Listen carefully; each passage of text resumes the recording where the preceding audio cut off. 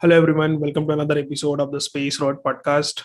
I know this episode is coming after a long gap, but I hope to publish episode more consistently going forward.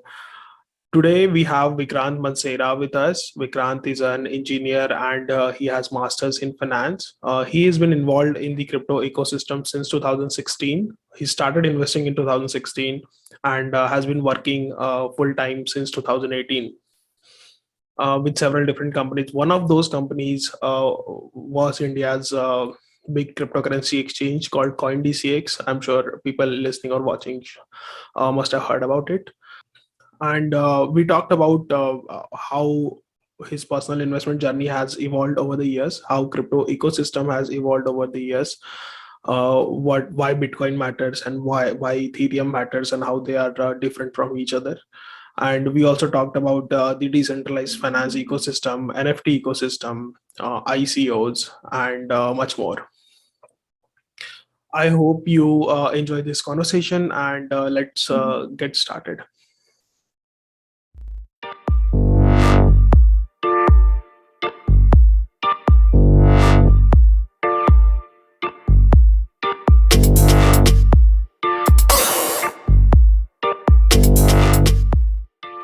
Hello, Vikrant. Welcome to the Space Road podcast. Thank you for doing this. How are you doing today? Yeah, doing very well. Friday night. Thank you for inviting me. I really like the initiative that you are trying to emanate the information, right knowledge, right awareness about crypto. So, yeah, congratulations for that. Yeah, thank you. So I want to start off with talking a bit about your early life, or if you want to give us a bit of introduction first, what you do right now, and then potentially Mhm. tell us about where did you grow up, or what is your education. Sure. So right now, I am living in the very north of India in a town called Haldwani, which is in the district of Nainital. And yes, it's good to see you are sitting in your half polo t-shirts because here it is chilling like anything, snowing Yeah. all the time. Yeah, our cars are full of snow, which is becomes very difficult to get out. But yeah, other than that, yeah, being at home, we are investing, trading, researching on cryptocurrencies. As my background, I am right now working as a marketing manager of an Australian-based DeFi company. It Okay. is called as Pack Blockchain. And what we do is we build enterprise DeFi products. The enterprises and the institutions who want any kind of crypto-related or DeFi-related SaaS solution, as a company, we build it for them. I am on the crypto. I'm the crypto marketing manager. I also handle all the marketing activities of their UDO token. As my background, yeah, the biggest degree I have is master's in finance, which I got from University of Texas at Dallas. Okay. I wrote a research paper there. The research paper was about how blockchain and sidechain can be used in building an accounting-based framework. So, which means how you can use blockchain and sidechains for financial reporting, auditing, taxation, uh, all this account department. I got into cryptocurrencies because my mother started trading cryptos, and she was one of the earliest trader investor in crypto back in like early 2015. And Okay. there was barely a group of like 100 people she was a part of, and only that much of traders were there back then in India. Okay. And they were using only one platform. They were trying to take advantage of ZepPay and things like that, platforms like that. But so it was then, I think it was Mt. Gox's hack or some other exchange, I don't remember. But that exchange got hacked, and my mother told me that uh, that the hacker who has stolen the Bitcoin or these funds, if he will do any kind of activity, or if he will try to send those Bitcoins to any person or even his own wallet, we will get to know.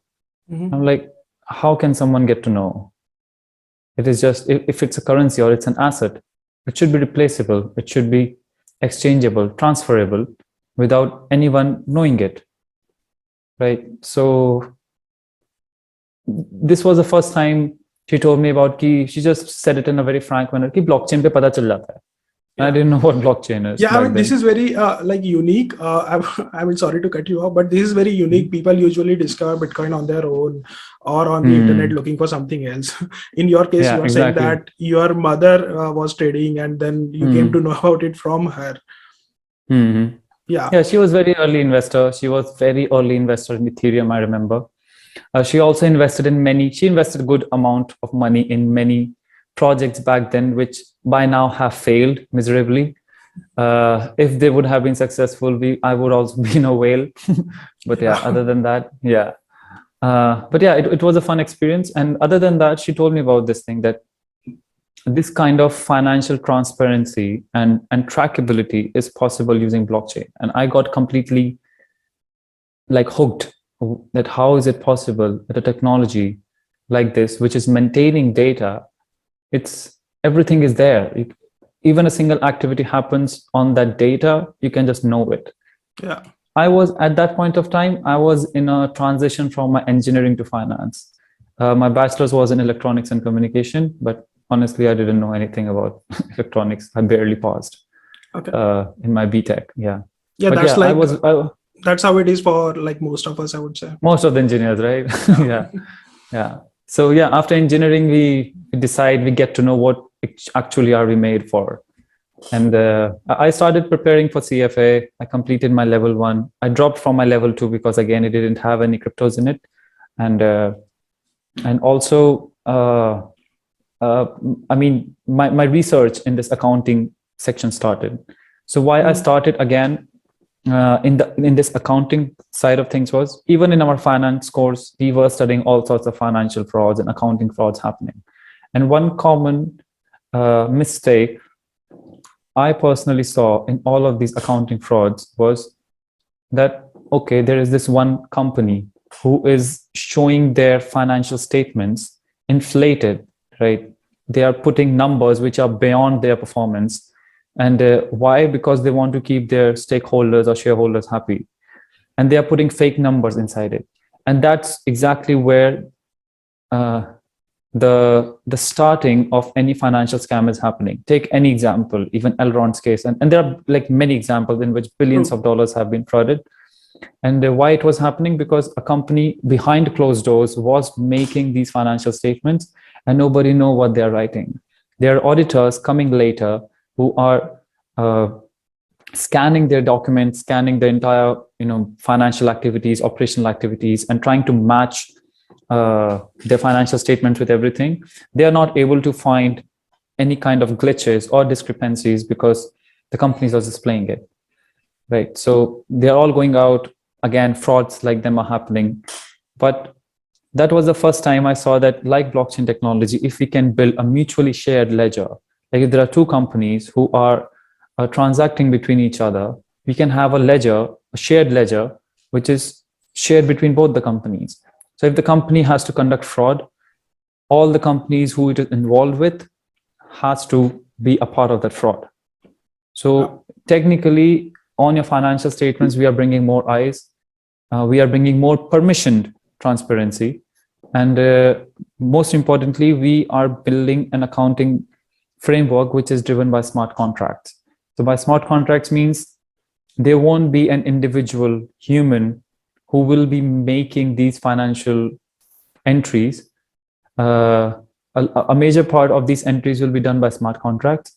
And if there are, for example, human vulnerabilities or like off the record transactions, they can also be done by humans. But most importantly, when the auditing will be done, the final auditing, it will be done by smart contracts. So instead of paying hundreds of thousands of dollars to auditors, if your financial statements are correct, if you have put every entry, and if you're honest in your business, your financial statements will be audited within 5 minutes.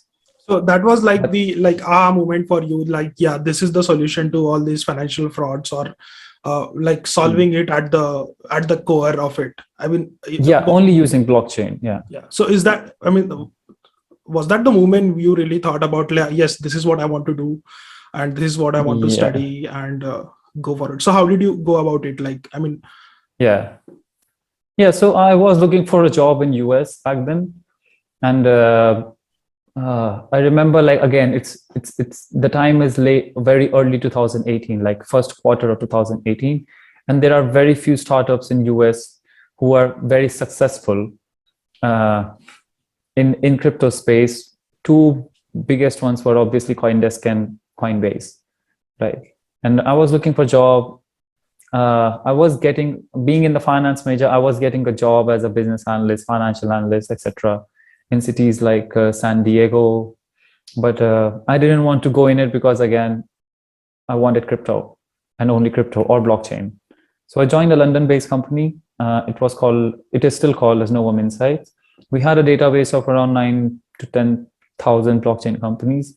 We had clients like Barclays, Hitachi, Telefonica. So Telefonica is like Geo of Spain, and Like, many similar did you mean companies. blockchain companies or finance companies, like 9 to 10,000? Yeah, Traditional so finance blockchain plus crypto companies, blockchain and crypto companies who are any way linked or involved or have operational dynamics of blockchain and cryptocurrencies.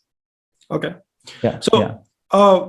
I think I saw this on your LinkedIn that your masters you did in like distributed ledger technologies. No, my master's was in finance. My research paper was in DLT. Okay. Okay. Hmm.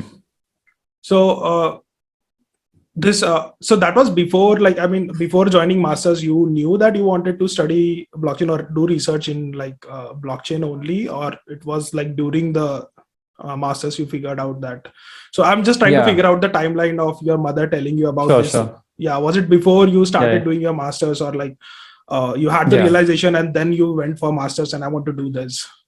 Yeah, so my mother was the first person who brought cryptocurrencies in my life, and also blockchain technology.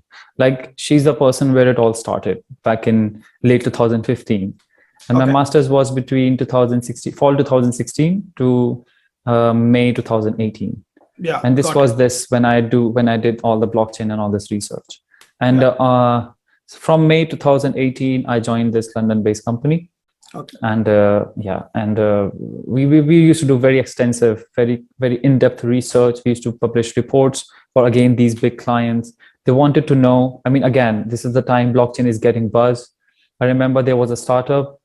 There was a big company. He named the co-founders named their company, they renamed their company and just added blockchain in their startup's name. Yeah. And their stock prices like pumped like around 20-30%. Yeah, I think that was the thing back in 2018 during this whole ICO bubble. Yeah, everybody was like adding blockchain and their stocks were going crazy. Yeah. Yes. And so here I was an analyst. We were only analyzing, researching, etc. But yeah, this startup was small, and we were also doing the marketing activities for them. So I also used to write blogs, content. Okay. Got it. And like, when did you bought your first cryptocurrency and what was it? Mm-hmm. Which was it? My first cryptocurrency was Ethereum. And when was this? In 2016. 2016. Yeah. So you did not start India? Yeah. No, I didn't start with Bitcoin at all. Okay. Sorry. Yeah. And that time Ethereum was also like barely, how many? I think $5-10 something. Yeah, I think 15 is when they had the ICO, and then like 16 it dropped. The prices dropped. Yeah. Okay. So yeah, I remember the month. The month was September 2016. Okay. Sorry, August 2016. So yeah, the thing was, I paid my fees of my college, and suddenly, there was this Coinbase platform. I registered. My mother told me that you can buy and sell there at Coinbase. The fees was so high, super high, and I put all the money in my Coinbase. So Coinbase gave this very easy platform where you can directly buy directly from your bank account. Mm-hmm. The money will be deducted automatically from your bank account when you buy. Mm-hmm. Later, they brought facilities like deposit in your US dollar wallet, things like that.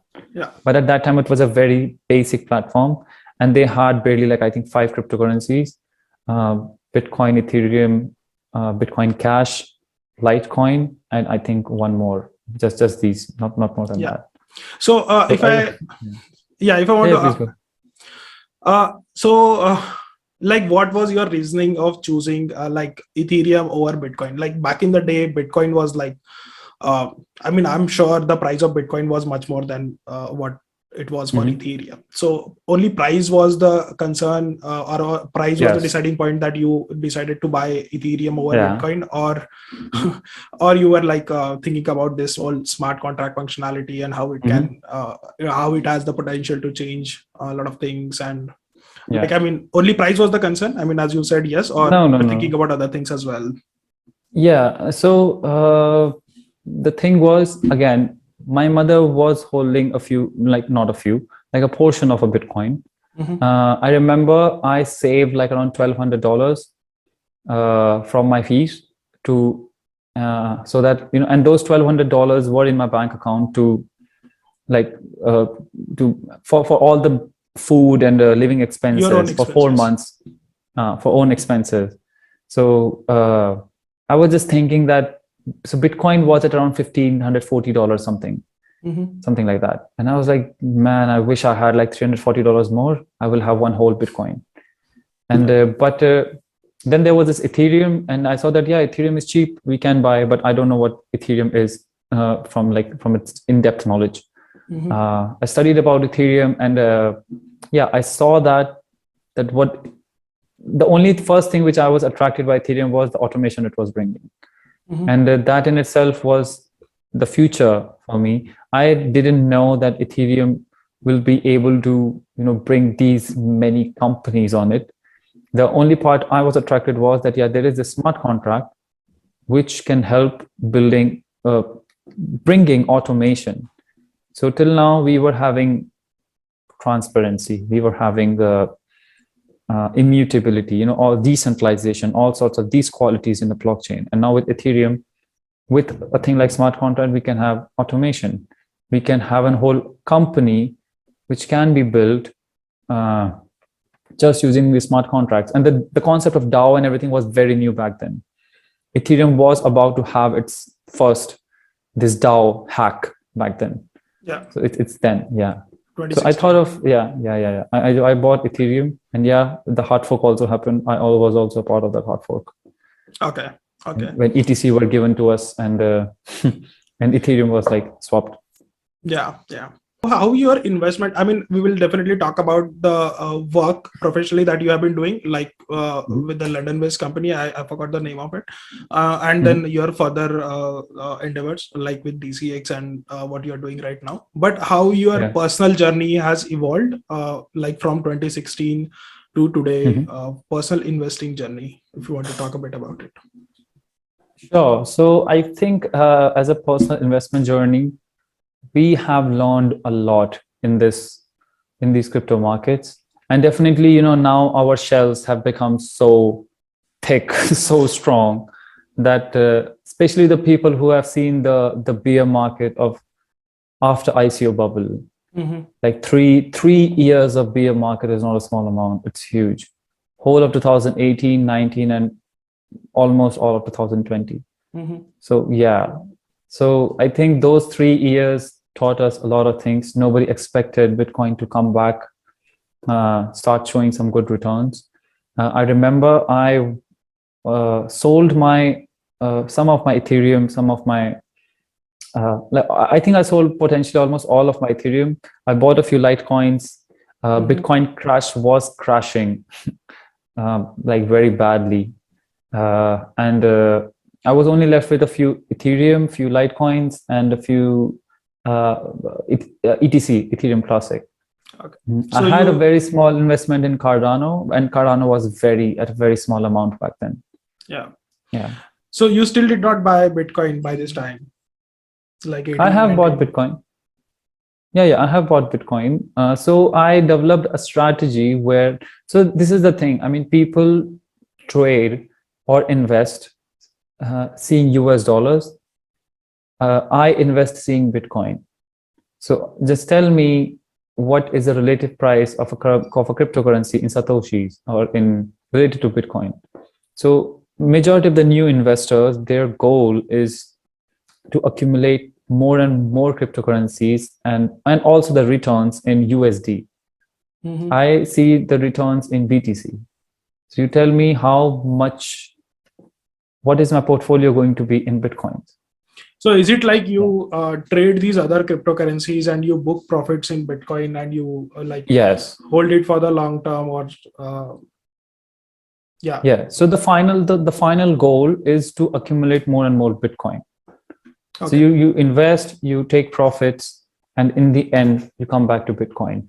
Now, recently, like I would say, since last year, I would say, my shift is again happening from Bitcoin to Ethereum.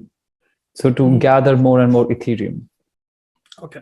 The reason is that again, yes, BTC is becoming legal tender. BTC is doing something amazing, but Ethereum has established itself as a very huge ecosystem, a Mhm. currency of companies, a currency of retail. Like Ethereum is almost everywhere, and now these NFTs came, and I don't uh, doubt this thing that there can be a day when Ethereum can flip Bitcoin. It can, because the developments which are happening on Ethereum, and now there can be this roll-ups, layer 2 technologies, side chains, sharding, this on this whole Ethereum 2.0.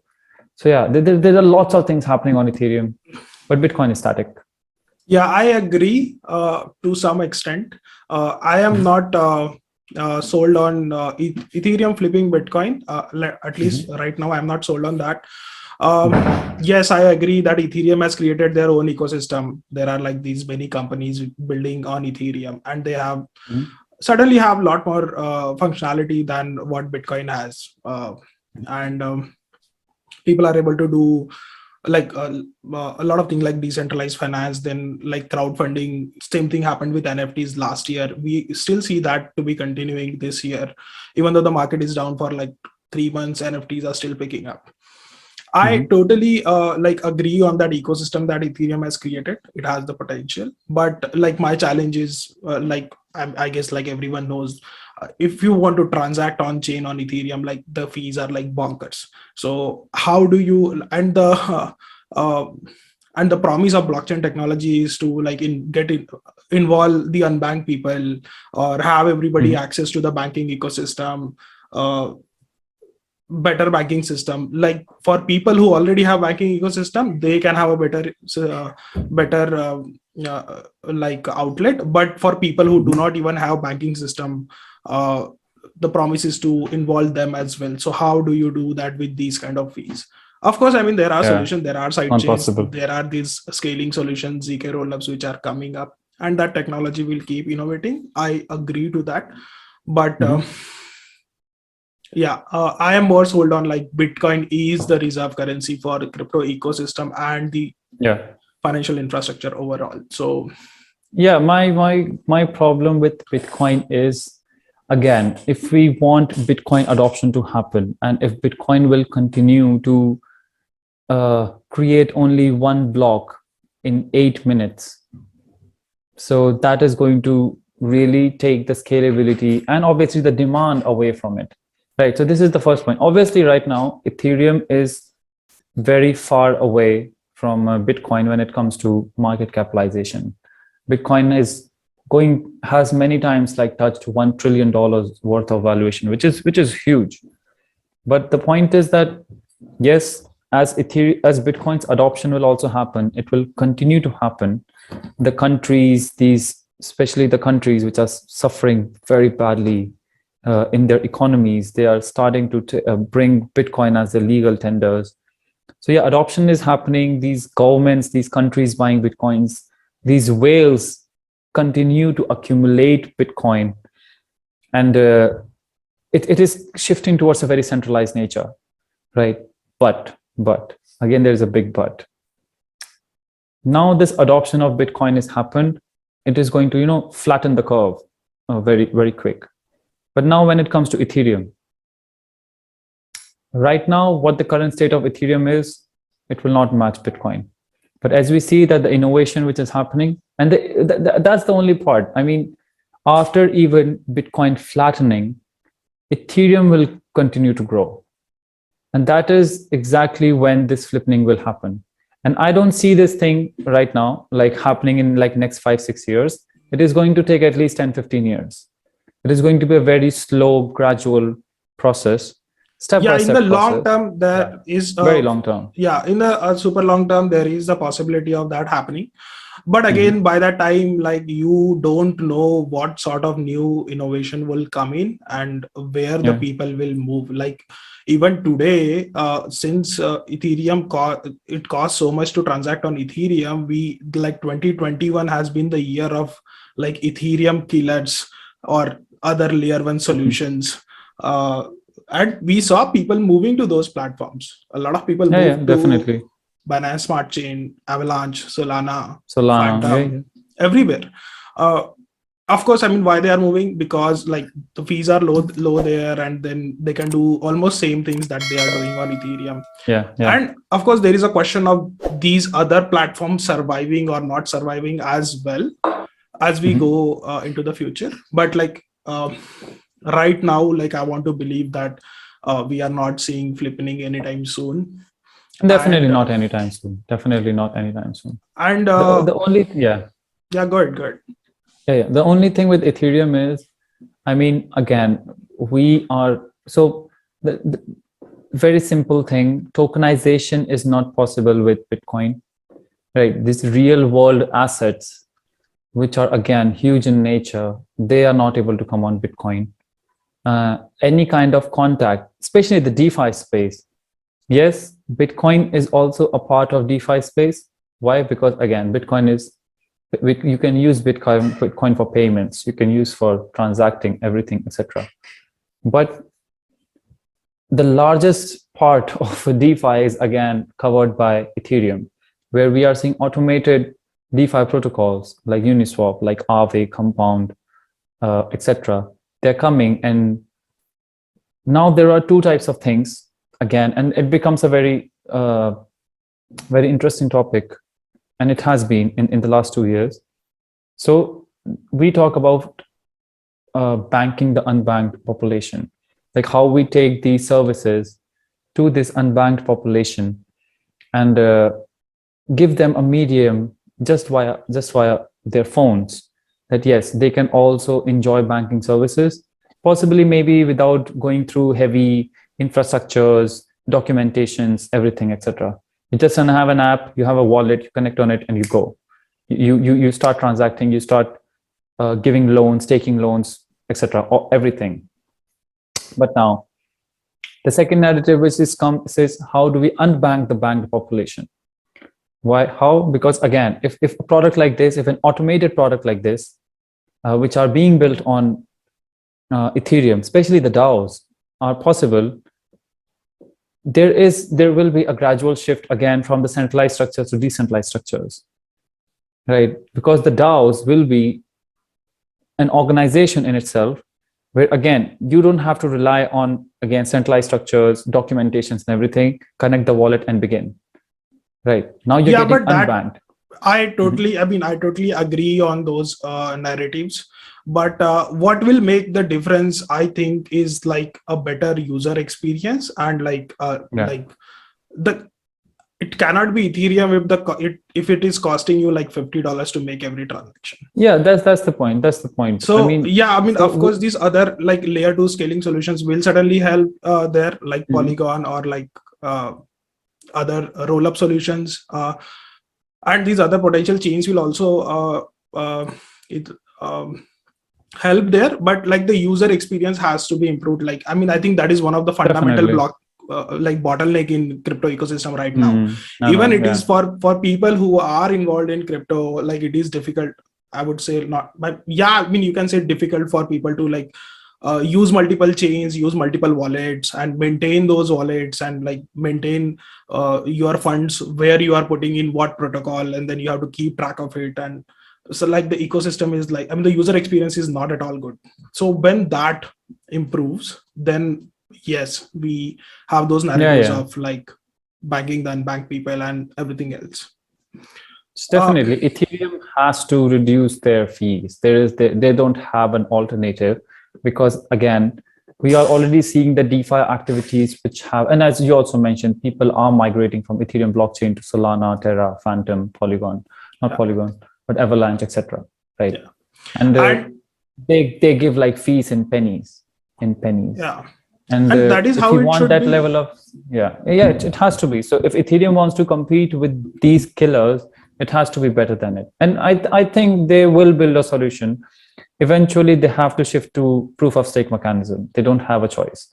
But the best part which they can do in their proof of stake mechanism is keep their staking nodes and again, the people who provide consensus as decentralized as it can. And that will be, they will again regain the trust of the entire Bitcoin and cryptocurrency community, because this is one thing which people complained a lot about EOS, and now they're also complaining about Solana. They will again in future complain about Avalanche, etc. That the platforms are going to be centralized in a lot of ways. Yeah, And so by centralized, I EOS, mean, the number of nodes are going to be very small. yeah, Very, very limited. Yeah. And this is the best part I liked about Ethereum NS 2.0. 32 Ethereum, that's it. You become a node. So, that's it. yeah, I mean, I think this is an ongoing debate and which will continue to happen for a long time. Like how many number of validators you have, and how do you choose those validators, and then make sure that they don't coordinate within each other and try to control the network, and how do you maintain fair amount of decentralization in the long term. Yeah, I think these arguments will continue to happen. One point that I want to mention about Bitcoin, like yes, we see these ecosystem being built about on Ethereum, and a lot of people using, I guess more people using Ethereum than more people using Bitcoin. I mean, I'm not sure of the number, but I think the reason I think why right now Bitcoin numbers should be higher. Yeah, probably it should be. The reason, I mean, I want to say that the flipping would not happen, or we would not see flipping happening anytime soon, at least, not is soon. because like I like to believe like Bitcoin is more decentralized than anything else right now. It has been the case overall, but it is, and it will continue to be the case. Yes, these whales are accumulating more Bitcoin in a way that gives them more control monetarily, but the network is like spread around the world. The miners are around the world. The nodes are around the world. Yeah, definitely. The distribution has happened fairly, as opposed to like even in case of Ethereum, also like 15% is held by the foundation, and so is true for like any other L1 chain. I mean, it may not be necessarily too bad because it still offers you decentralization as opposed to any Web2 company or traditional tech company. So it is certainly better than that. And so like Bitcoin is much better than that. And that is why I think the flipping would not happen. Yeah, it definitely is not going to happen anytime soon. And this is what the scalability trilemma is. The entire narrative of scalability trilemma, not narrative, like the meaning is that, okay, so in a blockchain, you have scalability, and then you have decentralization, and you also have security, right? If you try to so it seems decentralization is being compromised, and people are yes, that's what scalability trilemma is. If you try to make one thing better, the other two will be compromised, or you can make two things better, the third thing will be compromised. So at max, out of three, you can only make two things better. And this is what is going to happen. I mean, how much ever Bitcoin becomes centralized, or Bitcoins being owned by these whales, etc., the consensus layer, the layer using which the consensus mechanism using which the blocks are forming, or the transactions are getting validated, there will always be a competition. Until the time it is a competition, it is going to be that decentralized, because anyone can be a part of that competition. And we have seen cases, lucky cases, when even a single miner with a single GPU unit is able to mine an entire block and receive that reward. And this is the best part. I mean, when the nonce is found out, yes, you can put thousands of kilowatts of power to find that nonce, or luckily maybe even a single person will find it. So that's the best part about Bitcoin. It will be decentralized, but it will not be scalable. And now the congestion, the fees, and everything we see in Ethereum, they have to compromise on the decentralization part. Yeah, right. I think yeah, I mean, I agree. That is the trilemma, and I think a lot of these new chains are compromising on decentralization. Already have. Yeah, to provide scalability, faster transaction, less fees, and like improved security. And yeah, I mean, I guess those narratives are okay, and it is an evolving ecosystem. I mean, I don't want to discount it in any way. Like it is 2/3 of the market. Bitcoin is only 1/3 of the market, and Bitcoin, like it only mines one block every 10 minutes. But there are also some scaling solutions people are working on Bitcoin as well, like the Lightning Network, like the Stacks ecosystem. I mean, how successful they will be, I mean, we don't know. Only time will tell. But like it is important to at least mention that there are some innovations happening on that front as well. Sure. And this debate will, I mean, I guess will continue to happen as long as crypto is alive. Endless. Yeah. So I completely agree with the point that it's not going to happen anytime soon. It's a very long term, and that's why if we are thinking for a long term investment, that's why I was saying that one coin, which was always BTC paired, it is shifting towards Ethereum. Why? Because again, it's only about the growth, the final growth, which is going to give. Let's see. Yeah. So let us move to like Ethereum or like smart contract platform ecosystem. Like how do you feel like the ecosystem has evolved, like in the past 3 years, 4 years, 5 years, the time that you have been, what is most exciting for you, say in DeFi space, or in NFTs, or in ICOs, or like generally in the smart contract ecosystem? Like what do you find like most exciting, and how you see it has evolved in like the past few years? Sure. So yeah, I think a major part of it has completely changed. In the early days, we were seeing platforms like Neo, Stratus, Cardano was there definitely, Stellar. I mean, these some of the EOS, these some of the coins, some of the blockchains which were working with this entire smart contract functionalities, and trying to provide that compatibility to all the developers and make life easier for them to build these dApps. But yes, as time evolved, Ethereum continued to win the race, for the same reason being it became so easy, so adaptable for any developer to create dApps on Ethereum. Everybody chose Ethereum. They gave a full stack framework plus like an entire guide how you can write these smart contracts, run these smart contracts, and obviously create a whole company like Uniswap or like Aave on Ethereum. So yes, Ethereum definitely won the race. The other companies which brought these smart contracts, they were not that friendly, they were not that effective, and definitely they were not Ethereum killers. And this was the time when Ethereum fees was also not that high. Even if today, if we do just Ethereum's transaction, it charges like $15-17, not more than that, even at the time of congestion.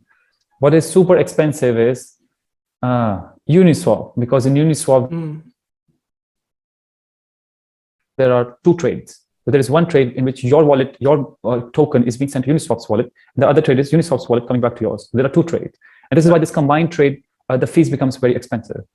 And Uniswap brought huge amount of congestion on Ethereum. For the reason being, yes, we were having dexes like Waves coming, like Loopring back then. I mean, I don't know, Loopring had a dex. Waves had a dex, and many other, even Binance started their own dex. They acquired a company, I remember, to create this dex. Yes, they had order books, they had very simple ecosystem, a very simple platform, not as effective as centralized exchanges, obviously, where, yes, they were trying to bring these bring these centralized services, financial services on decentralized platforms. Same goes for like lending, Compound, and MakerDAO started, right? Great project again. But I think a major part of DeFi movement and DeFi, this evolution came with Uniswap and with Yearn Finance, also with Yearn Finance. We started seeing the topics like liquidity pools and yield farming into the ecosystem. And that just took, I think, the Ethereum's value to a whole new level. Why? Because the trading, it was like a trading, because in very basic term, yes, you exchange an asset for another asset. And when that asset's value is increased after a certain point of time, you exchange that asset back. So instead of buy sell, it was swap one and swap two. And then we had everybody contributing to that liquidity, which were liquidity pools, and you are earning rewards based off that. And then again, so yes, this DeFi ecosystem started building on Ethereum. But yes, as we saw, Ethereum had its limitations. The congestion was super high. I don't think there was any company in the history of Ethereum who brought this amount of traffic, this amount of transactional count, this amount of transactional volume, which Uniswap brought.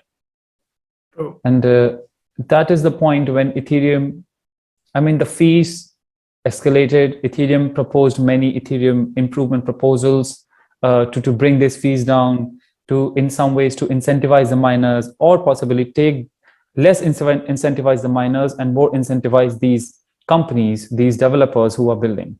So yes, this shift, this debate will also be there. Who should be incentivized more, miners or developers? But yes, there was this shift from miners to developers in EIP 1559, and but again, it wasn't enough, and it will not be enough until the time Ethereum will stick to its same consensus mechanism as Bitcoin, which is proof of work. For the reason being, again, scalability. It doesn't have. And now what these new Ethereum killers saw, that obviously, if they want to scale their blockchains and want to create a very highly scalable blockchain ecosystem with very amazing transaction count, transaction per second speed, throughput, and very less fees, they have to compromise on decentralization. There is no other way. Now what you do, you try to completely change the consensus mechanism, the consensus model.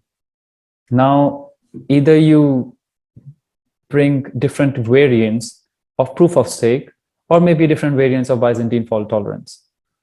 Yes, majority of the blockchains, even the most successful ones today, they did this thing.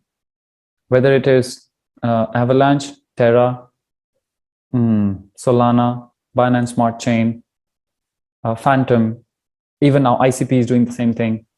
Polygon, like Algorand, like every other company. Yeah, and the projects are also getting copied on these. Like you have a DEX on every other blockchain, and which is like more or less similar to Uniswap. Yes, exactly same. The business model is exactly same. It's just that these blockchains are providing the same thing much cheaper. And I mean, I have seen the companies I have worked with, their token value growing rapidly after they list these exchanges on different blockchain. For the simple reason being, if you, for example, if you have to buy, let's say, a token on Uniswap, you have to you have to spend at least like $1,000 or $2,000, because it is going to charge you $80 to $100 in fees. So it will only make sense if you buy at least $2,000. And now comes Binance Smart Chain and PancakeSwap. And now people are able to buy for as low as $50. And this is what retail traders wanted, to buy even in small amounts. Okay. And this was the first step to DeFi evolution. Yeah. And then, yes, we have other technologies as well, like something which Hedera Hashgraphs is building, these other companies, which are other types of DLTs, but not necessarily blockchains. So yeah, the evolution has been towards the right direction and very innovative, no doubt. So are you playing around with these different elements? Are you Sure, transacting yes, on yes. chain? Are you investing in it? Are you holding in their portfolio? Yeah, in your Yes, portfolio. absolutely. I have Solana, Polkadot. I have a Polkadot bag. I am a very big fan of Polkadot. What they're building is very long term. It's something really amazing. And again, I am pretty sure what Ethereum is trying to build, with what Ethereum entire ecosystem is trying to build, especially with layer twos, layer ones, roll-ups, everything, etc. Polkadot is trying to build that with its own ecosystem. And that's why I love Polkadot's ecosystem, especially with these companies like Akala and Moonbeam, the two parachains. Yeah. So Polkadot, Avalanche, Solana, Luna dipped like 20% today. So yeah, I bought a little more. Luna is $49. For me, it's a steal. Okay. And yeah, I have Polygon as well. I have Cardano, but I expect more from Cardano. I've been holding Cardano for like 3 years now, and I'm waiting for their DEXs and smart contracts to launch, but they have been very slow. They tried launching, but they failed miserably. Shouldn't Yeah, happen. Yeah. I yeah, Cardano.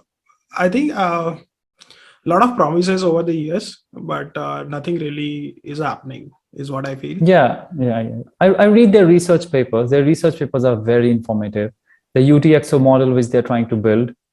I mean, I see the problem where it is coming, because in some way they are trying to separate their transaction layer and their consensus layer. Usually in all the blockchains, it is connected. So again, if these two layers are able to disconnect, it will be like there is an organization which has an accounting department and a legal department, or let's say executive department, both working separately. And if they will be separated, yes, that in itself also brings a very amazing kind of scalability. Okay. But if you are in a top 10 company and you fail like this, I think, yeah, you're going to get a huge amount of criticism. People are going to sell your bags. Because again, Yeah. So yeah, as you rightly mentioned, Uniswap actually ushered in the entire DeFi ecosystem boom. And the reason for that, I mean, as I see it, or I mean, like as most people see it, is we had only these centralized exchanges before Uniswap, and in a way, it was like going against the ethos, so to say, of blockchain, that you need to operate in a decentralized way where no single entity has control over your funds, or uh, they do not dictate the rules. And yeah, centralized exchanges, I mean, I think they do have value. They still have value, and I think they will continue to have value in the yeah. future as well. But yeah, the whole idea was that like Uniswap is like one such product that does not have any central entity, uh, and it allows you to trade tokens, True. It's trade true. assets, and like that's how the entire DeFi ecosystem started. And then then you can stake your tokens, earn some interest, then you can borrow against that. You can lend your tokens to other people, and Insurance on insurance blockchain. Oh, amazing. Yeah. insurance derivatives, a lot of other things. I mean, Everything. yeah, Yeah.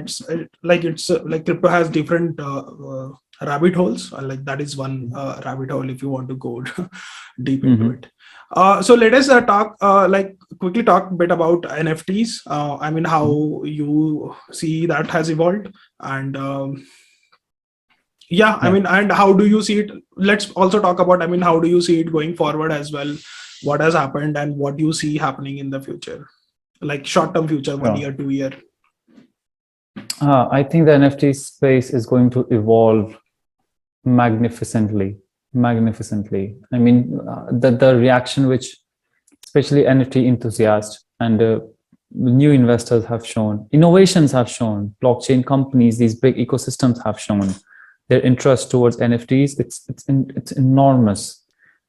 In the beginning, I remember when we were in 2000, again, 18, 17, 18, we were only talking about tokenization. And I remember when I was in Dallas, a major part of discussion used to go around this only topic, that in actuality, what all can be tokenized on blockchain?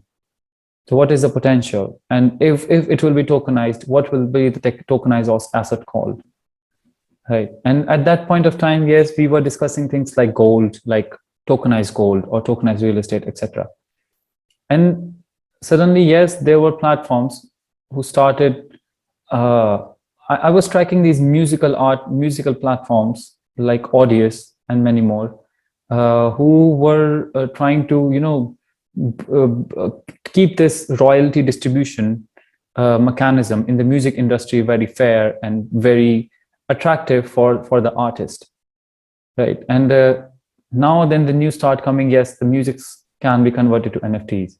Now a tweet can be converted to NFTs. So in short, anything digital can be converted into NFTs.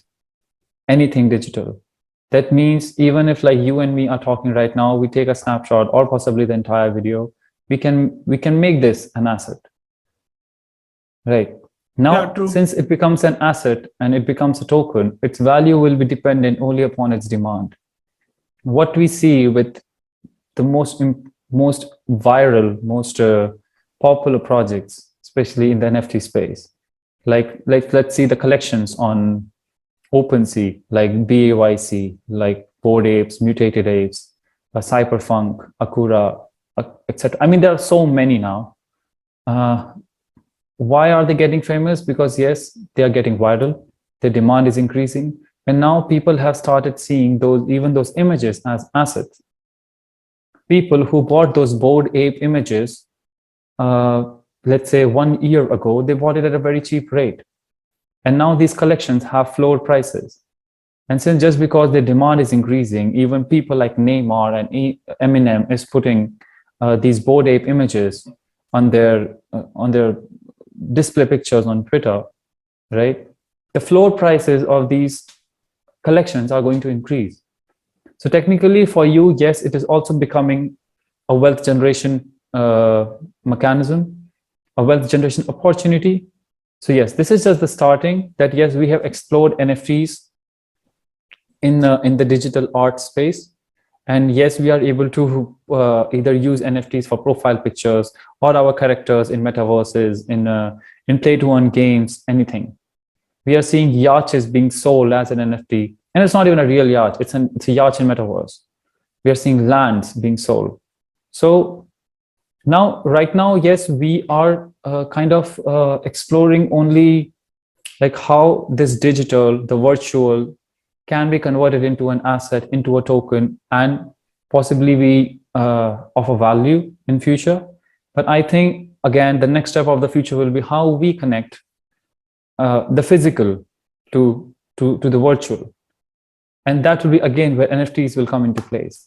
That will be, again, when I sell this bottle, maybe it's NFT and it's an exclusive bottle, maybe signed by a celebrity, right?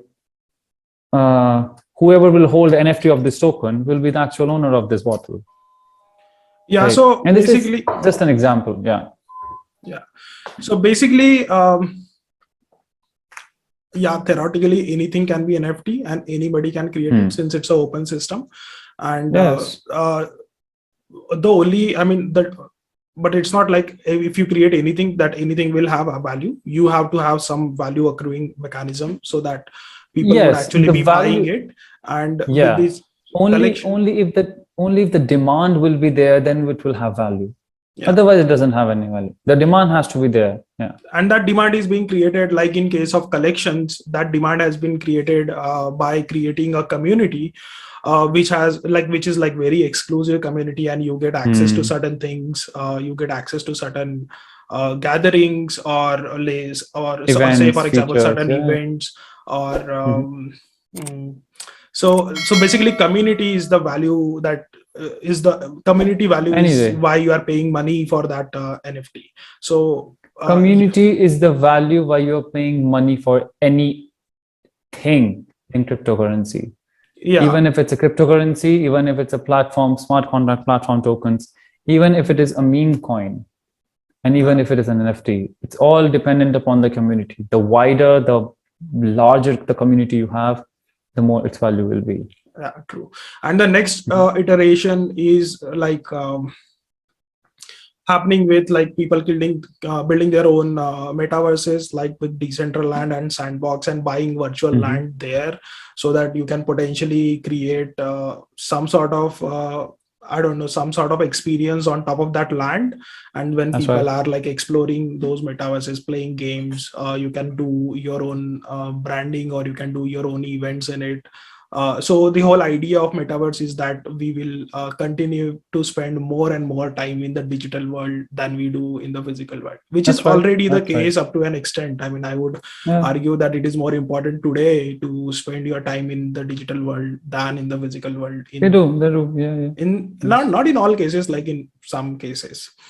And Mhm. That's about the true. future, I think like of course it is truly unlimited. It goes up to that point you are able to imagine, and you are able to create your own things.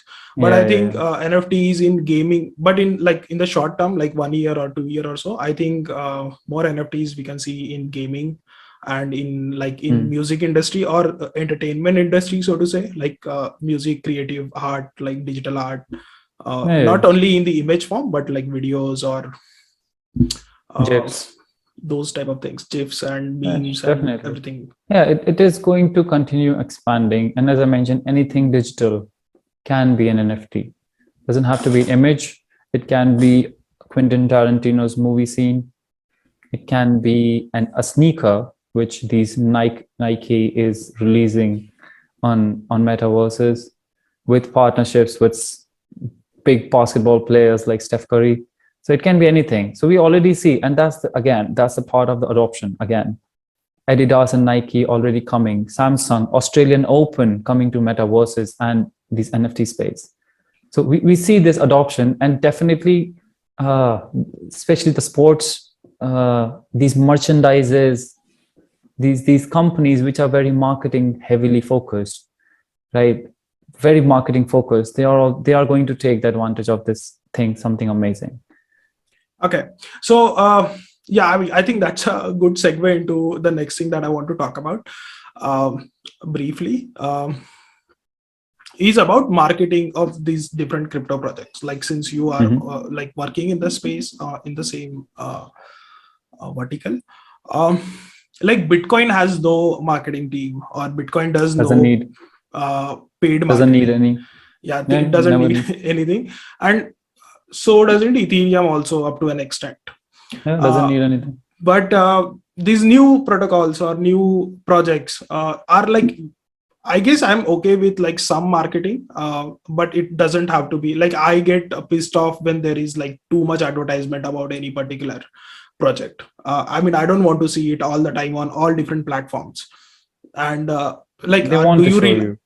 Yeah, even if like the idea here in this whole, like in the idea in the going forward in the future, is that you should create a product that is so valuable to the users that they should Mm-hmm. be talking about it with their friends and families, and the word of mouth should help you sell more, or like increase your adoption, or Absolutely, anything. absolutely, But absolutely. yeah, marketing also Same goes helps. for yeah. Marketing Please also continue. helps. We have been like doing it for like long time.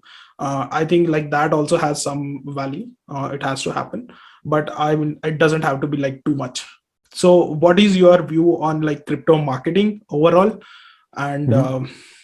like how much do you think is good, how much do you think is bad, where it's going? Yeah, I mean, I don't think that there is a upper cap to the amount at which you can do marketing. But my only complaint, and my only, as an investor, as an analyst, and as a participant of the crypto economy, crypto community. Uh, so again, let's start with the very basic thing that yes, there is a token marketing, and then there's product marketing, right? So product marketing, yes, you're trying to sell the product. You're trying to bring more and more customers, more enterprises, more clients, etc., to generate revenues for the organization, right? As in the token marketing, your objective is not revenues. Your objective is to grow the community, to grow the number of token holders, to grow your social media presence, online presence, and most importantly, to start building these these army of loyal enthusiasts or loyal holders who will be there to back your project all the time. Like we see in the case of Terra Luna, the lunatics. I mean, the way they defend Terra Luna on Twitter, it's amazing. I mean, it's exceptional. But this is the point where I tell there has to be the balance between the product marketing and the token marketing, and obviously on top of it, as you also mentioned, comes the product. Mm-hmm. The first focus is always to build a world-class product, which is not going to fail, which is going to generate revenues, and which is going to help a very large part of the crypto ecosystem.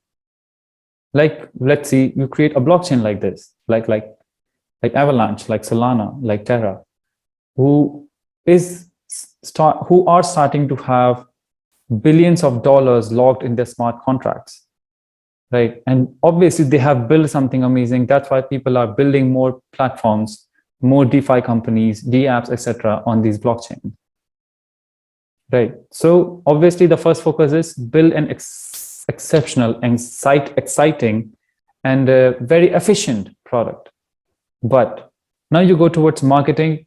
If you are going to tie up with hundreds of influencers, hundreds of YouTubers, going to talk about your token everywhere, but there is no product backing it, or even if it is, you are delaying the product launches by like 6-7 months. No, you are doing it very wrong. Instead of giving $30,000 to one YouTube influencer, hire a developer, right? Now, again, after we have built a very successful, very, again, efficient product, when we go to do the marketing, as I mentioned, the product marketing is one side, the token marketing is one side. Token marketing, the worst example of token marketing will be which you will see with these meme coins. You will see that any influencer, he writes, and they also attract people like these. They keep on putting on YouTube, shill me your best tokens. I have $100,000 to give. Which token should I invest in? Tweets like these. And if you will see in the comments, there are thousands of people who are only talking mostly about these meme coins. And obviously, these meme coin projects have hired people, especially from second world, third world countries, from Africa, from India, from Philippines, from Pakistan, Sri Lanka, etc. The entire task is to, these people earn like $200 to $300 a month, and they will go out on every platform, Instagram, LinkedIn, Twitter, Telegram, Reddit, etc. And they will just shill your projects to death. They will put like 3 tweets a day. And even if you're able to hire like, let's say 50 people, $300 each, that's like only $15,000 in its total budget. And if 50 people put 3 tweets each, 150 tweets a day about a project, about one project, that's good. That's amazing. But there again, is no project, like there is no. Yes, exactly my point. So yeah, I guess these kind of marketing, build your community, this loyal army, these ambassadors. When like you have XRP army, you have Link army, you have lunatics, etc. You build armies like these after you have a product like Chainlink. Okay. Right? First build something amazing like Chainlink, and yes, then there should be an ambassadors or these marketing to back it. But right now, what will happen with Doge on Mars is there will be hundreds of thousands of people talking about Doge on Mars, but again, people will only take the advantage of hype, and especially the new investors will lose money. Yeah, so for new investors, it's like for any project, there is also this dilemma of like creating a product first and then like having selling their own tokens. So a lot of people where they go wrong is like they think that let us sell our token first, get some money and then build the product. So that is a recipe for disaster. That's a fail right from the get-go. So for any new investor, like how do you avoid these things? You first look at what is the product. Can I use it? Can I do some transactions on it? Does it really have utility? And then you should be okay with they marketing it here and there. If you are listening about any coin and which is like only marketing and there is nothing underlying it, then like stay away from it. No. I will slightly disagree here. Okay. The thing is, when these companies are doing their IDOs or IEOs, ICOs, etc. I mean, definitely this thing is also evolving. That first these companies are building at least a demo or a beta version of their product, or maybe just a test net, and at least they start showing to the community that yes, they are building. But again, there will be, and I can easily say among like top 5,000 companies, more than 4,000, 4,500, more than 4,500 companies will be who still have to build their product, right? And that's the nature of our crypto ecosystem. That yes, when the crowdfunding happens, the investors are investing at a very early stage, and by very early stage means yes, the investors, these companies are beginning to start development, and they barely have like 3-4 developers, and then they take these funds and hire more developers and start building. Yeah, now, but there is also a gap. Like people, I agree to your point that somebody should at least build a demo or a test net and show to the community, and that happens. People like do like some or little work to show to the community that yeah, we have done this and this is what we plan to do. Everybody has a roadmap on things to be executed, but the thing you need to look at is like is it consistent? Is that development consistent? Even if with 3 developers also you can do consistent developments, and you don't need like massive amount of money to like go from 1 to 2. You can continue going. But if like I have been part of such communities where like the initial demo or the product was very nice and I bought in, and and then after that, like it's been like a year, more than a year, and there have been only promises like we will be doing this, we will be doing that, so this is our challenge, this is why we couldn't do it, and like hundreds of things. Cardano is one example. I mean, just one of the big ones. I can understand which communities you have been to. Yeah. So like there are like multiple such things. So yeah, we were talking about marketing, but we came here. Yes. If you like, one of the good ways to evaluate is that if there is there consistent development on what they are saying. Are they executing on their roadmap? Do they have something to show to the community? Are they actually creating any value? Are they showing any innovation? I think these are the things retail investors should also try to understand and look into. 100%. This was my exact point. Like if you are spending again $30,000 for a YouTuber and you are postponing your mainnet by 5-6 months, that is where you're going wrong. You be on time. If you have built a roadmap and you have promised certain things to be completed by, let's say, Q2, Q3, Q4, like every quarter, maximum to maximum shifted by a month. I can understand as a startup, there can be delays. There can be many things going wrong. Yeah. And definitely can be, but not more than like 3 months. You should be able to cover up those mistakes and those postponements in those 3 months. Please avoid doing more than that. And even if you are, just keep updating the community that yes, you tried to launch something and it failed. But this doesn't mean that it ends here. We will build something important, something maybe much better than what you were building earlier. So Sure. Yeah. Okay. And this is the best part about crypto communities. I really like the co-founders and the teams who are very transparent with what they're doing. Yeah, and a lot of them are. In centralized startups, we sometimes don't even know. And also because our funds are not in it until the time the IPOs have happened. Yeah. But in the crypto communities, just because we have invested and these investors, developers are building using our funds, this accountability, this transparency, these Telegram groups, I think, yes, they have brought a very good connection between the community and the co-founders directly. And they should continue. Yeah, but that differs in case of somebody's moral compass not being pointed towards the right thing.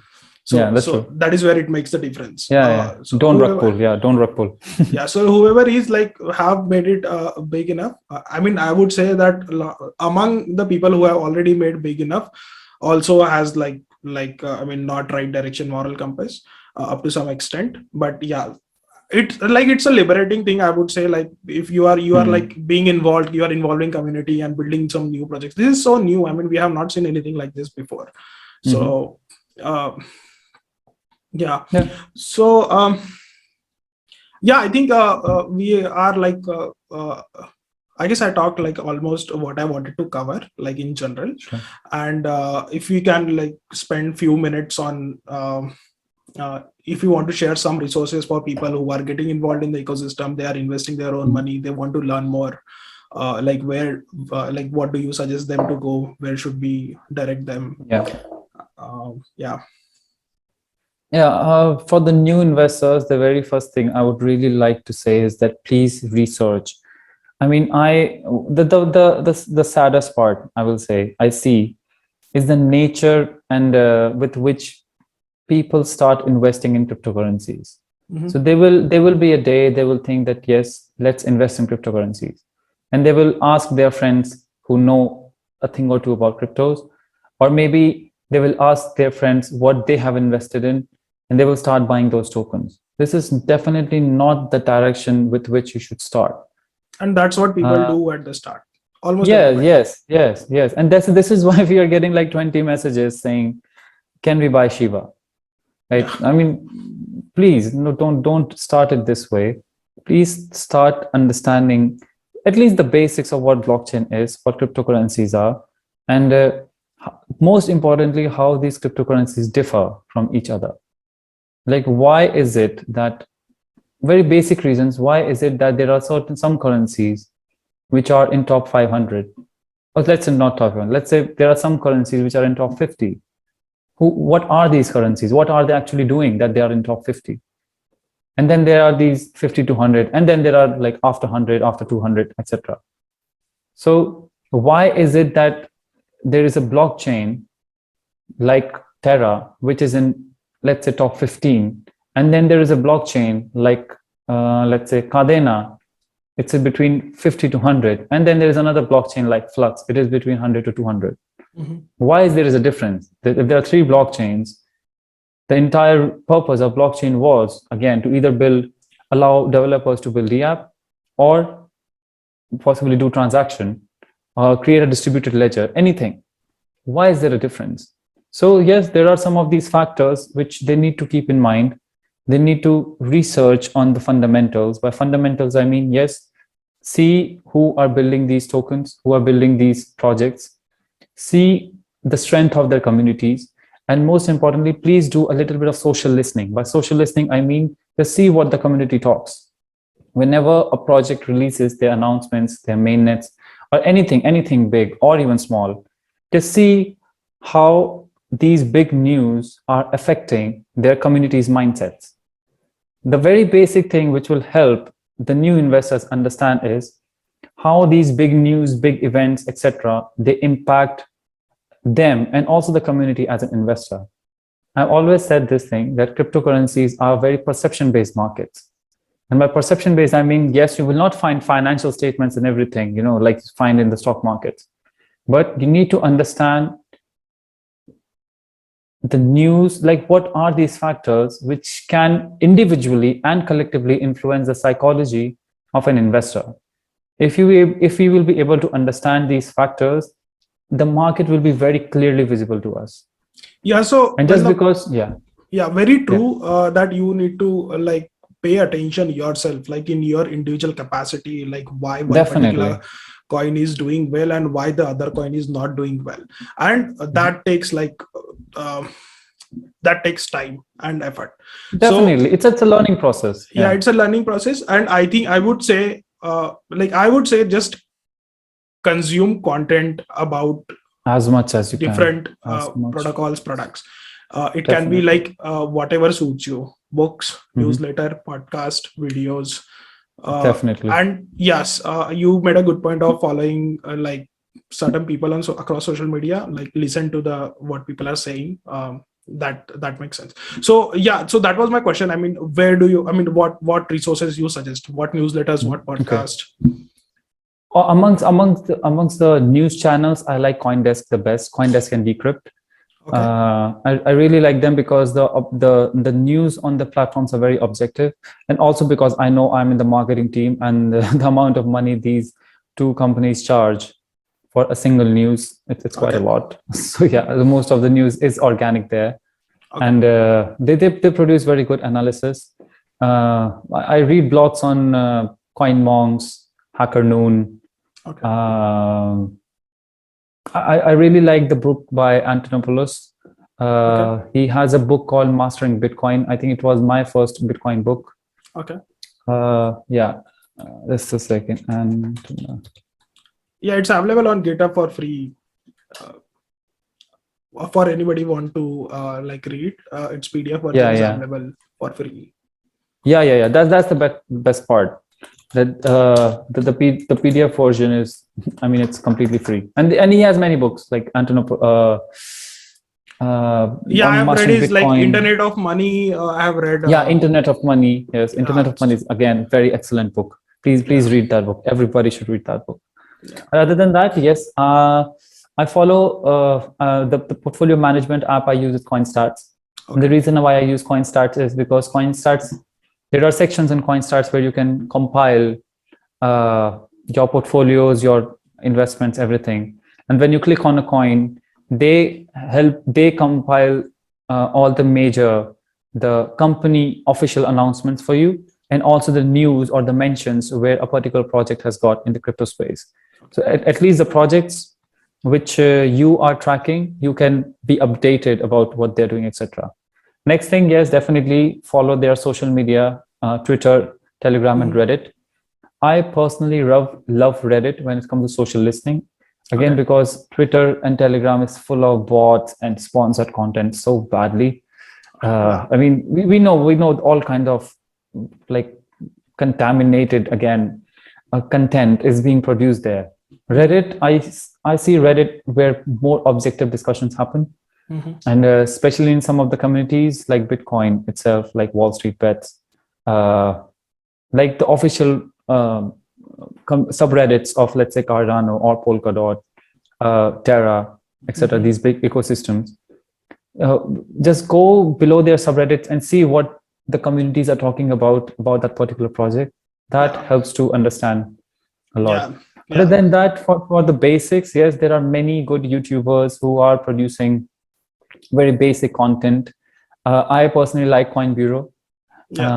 His content is very objective, very simple. Some of the YouTube channels like Whiteboard Crypto, I don't even remember their names now. Yeah, I mean they are only for the very basic investors, so like the very new ones, not for like if you already know. Okay, and Vikrant, how do people reach out to you? What is the best way? What would you recommend? Sure, I have an Instagram and Twitter with the name Vico and Crypto, so you can DM me anytime. All right. I think that is all, and I mean, I really appreciate your time, and thank you so much for doing this. Yeah, thank you so much for inviting me. It was really great talking to you. For sure. I hope keep doing the good work. Yeah, thank you. I hope we get a chance to do this sometime again in the future when the markets are a bit more evolved and the things have changed. For sure. I'd love to join you again. All right. Thank you once again. Thank you. Yeah, have a good day. Cheers. Thank you so much for watching till the end. I hope you gained some value out of that conversation. And if you did, make sure you like the video, make sure you subscribe to the channel, and please share it with your friends and family who you think will enjoy watching this or listening to this. And I hope to see you in the next episode.